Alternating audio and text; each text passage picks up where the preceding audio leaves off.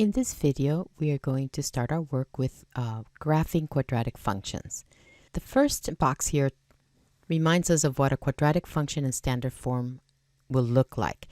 F of x equals ax squared plus bx plus c.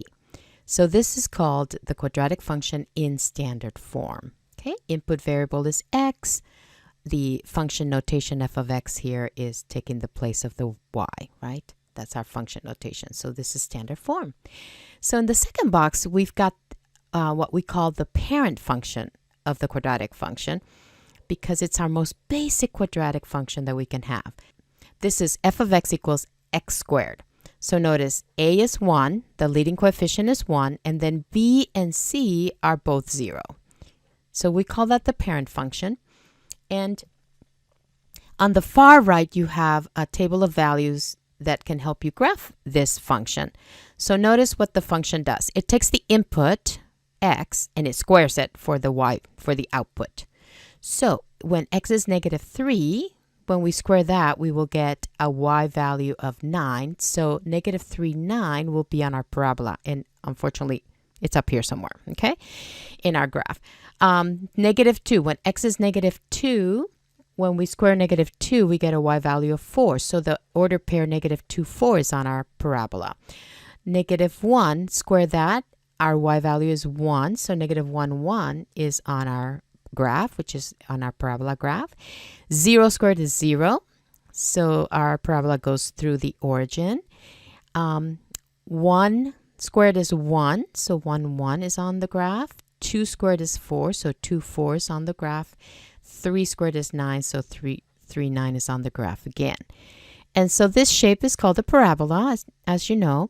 0, 0, this lower point right here, that's called the vertex. And then I want you to notice that the parabola has some symmetry. The two halves look the same, don't they? That in our example, the y-axis is acting as the vertical line that splits the parabola into two equal halves, right? And so we give that vertical line a name and we call that the axis of symmetry. So in our parent function, it happens to be the y-axis, but when we move the parabola around the graphs, you're gonna get different vertical line equations, right? So you'll see that in the examples, okay? All right, let's go to the next box. Okay, so here we're once again defining the axis of symmetry. That's a vertical line. So axis of symmetry is a vertical line that passes through the vertex and divides the parabola in half. And here it's telling us that the axis of symmetry is a vertical line that will have this equation, x equals the opposite of b over 2a. By the way, if that sounds familiar, that's kind of like we have that opposite of b over 2a in the quadratic formula, don't we? Okay, so that's something to keep in mind.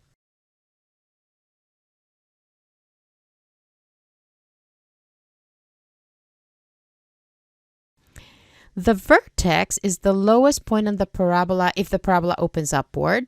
So in our last example, right, our vertex was that origin, that's 0, 0, and it was the lowest point, okay? The vertex will be the highest point on a parabola that opens downward. The vertex will always lie on the axis of symmetry. So the x-coordinate of the vertex, because it lies on that axis of symmetry, is -b over 2a, okay? And then how we find the y-coordinate of the vertex is that we're going to substitute that into the quadratic equation. So you will see in the examples that we first compute the opposite of b over 2a for our x-coordinate, and then we'll substitute that into our function to find the corresponding y value. Okay, so here are the pictures we were just talking about. When a parabola opens upward, you have a vertex is the lowest point, and here's your axis of symmetry that's going to go through the vertex. When the parabola opens downward, the vertex is the highest point, and again, your axis of symmetry goes through the vertex. And how do we tell if a parabola is going to open upward or downward? Well, the leading coefficient a will tell you. So if your leading coefficient a is positive, then your parabola will open upward. And if your leading coefficient of A is negative, then your parabola opens downward. Okay? Intercepts. How do we find intercepts of a parabola? Well, a parabola's intercepts, for the y-intercept, you are going to let x equal 0 and you're going to solve for y. And to find the x-intercepts, you're going to set the equation to 0 and solve for x. Okay? And again, here's your vertex formula, and you'll see us use that in the example. So let's go to the first example.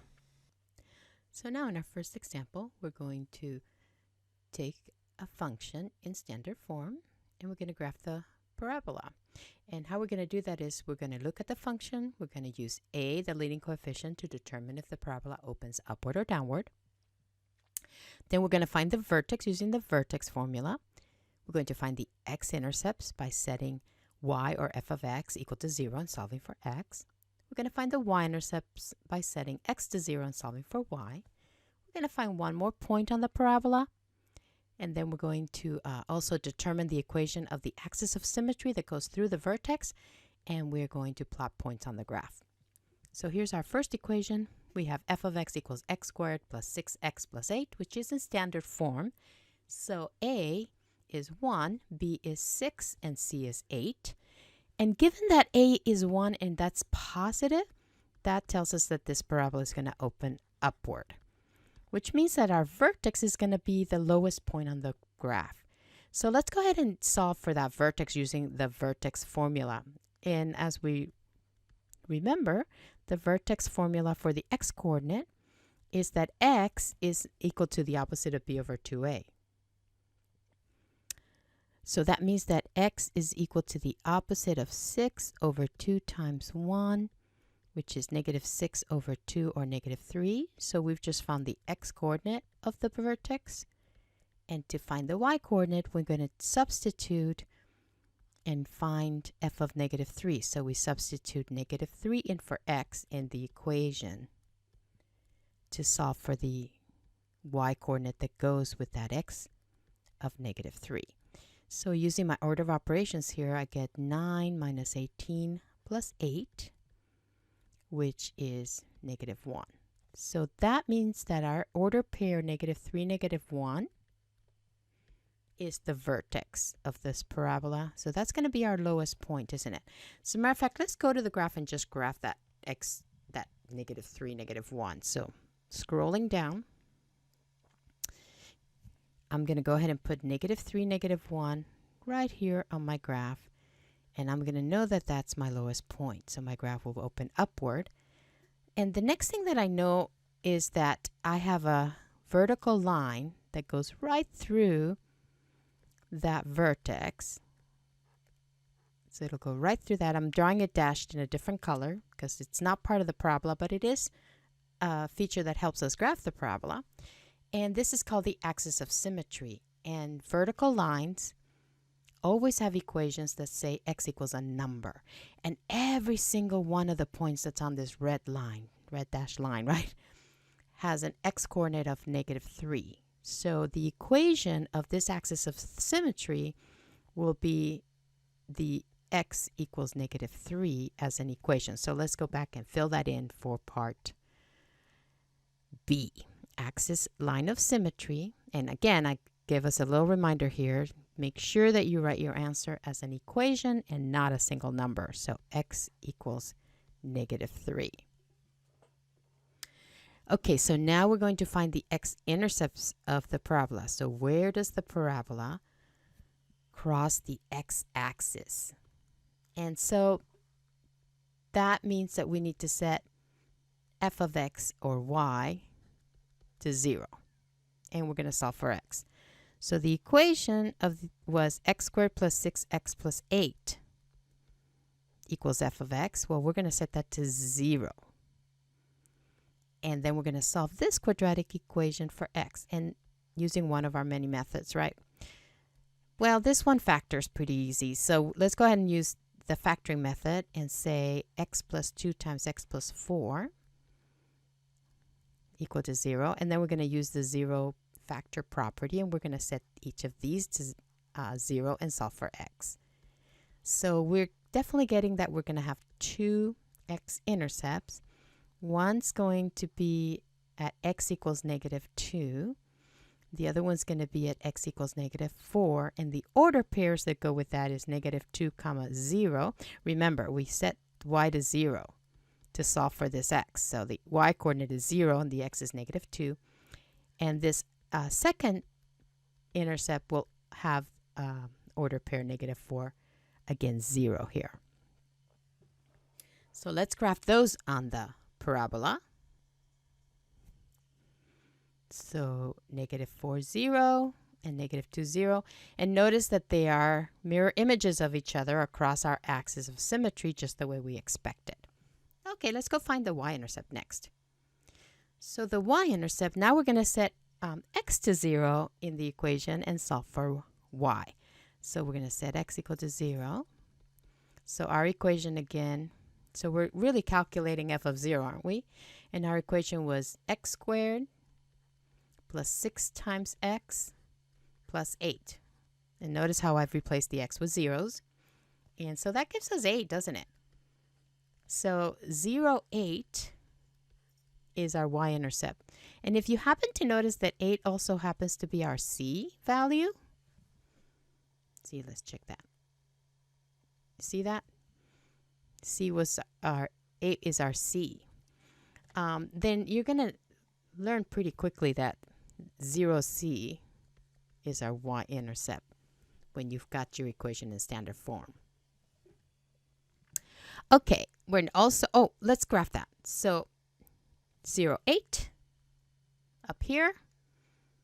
And again, because we have this mirror image thing, we're going to go on the other side of the axis, and there's going to be a corresponding point right there, which is at -6, 8.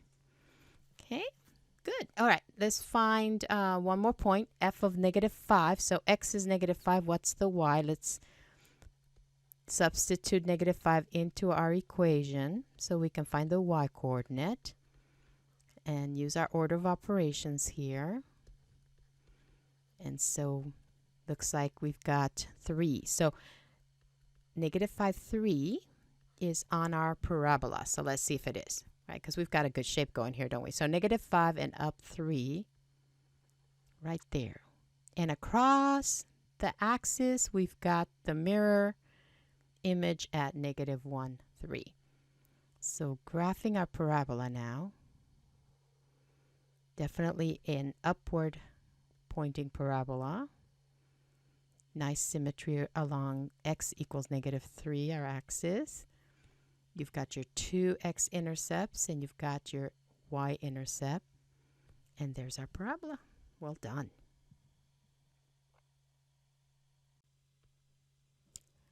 So now let's take a look at this graph and let's do a little review of past topics.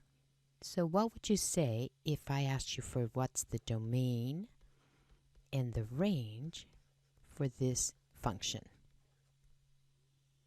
So maybe you want to pause this video right now and just write down what you think is the domain and the range. Okay, so if you said that the domain is all real numbers, you're absolutely right. And so that interval notation is -infinity to infinity, as you know. And again, why is it all real numbers? Because we're going to look from left to right to see where we have points on this graph, and we have points everywhere, because remember we have these arrows that are going to keep going up. This parabola doesn't end, right? What about the range? Well, we have a lowest point, don't we? Our lowest y value is at the vertex, and that lowest y value is -1. And does our function reach that -1? It does. So our range starts at -1 as the lowest point on the graph, or the lowest y value, and then it goes up, doesn't it? All the way to infinity. So the domain is all real numbers, and the range is all real numbers that are greater than or equal to -1.